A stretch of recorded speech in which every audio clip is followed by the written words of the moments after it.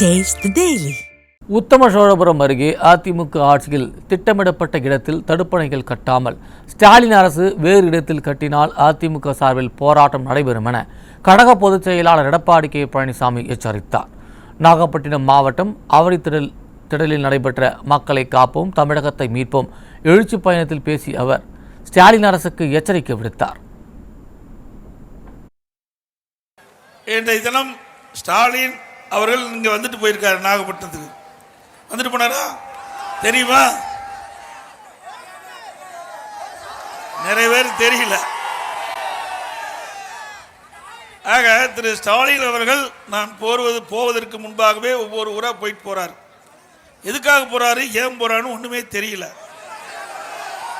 ஏதாவது செஞ்சிருந்து போனா மக்கள் வர இருப்பாங்க. நாங்க இங்க வந்திருக்கிறோன்னா இங்க பிரம்மாண்டமான மருத்துவக் கல்லூரி மருத்துவமனை கட்டி கொடுத்துக்கிறோம். பிரம்மாண்டமான சுமார் 350 கோடியில அந்த மருத்துவக் கல்லூரி மருத்துவமனையே உங்களுக்காக வழங்கப்பட்ட அரசாங்கம் அதிமுக அரசாங்கம். அதோட இன்றைக்கு நிறைய மீன்பிடி துறைமுகங்கள் கொடுத்திருக்கிறோம்.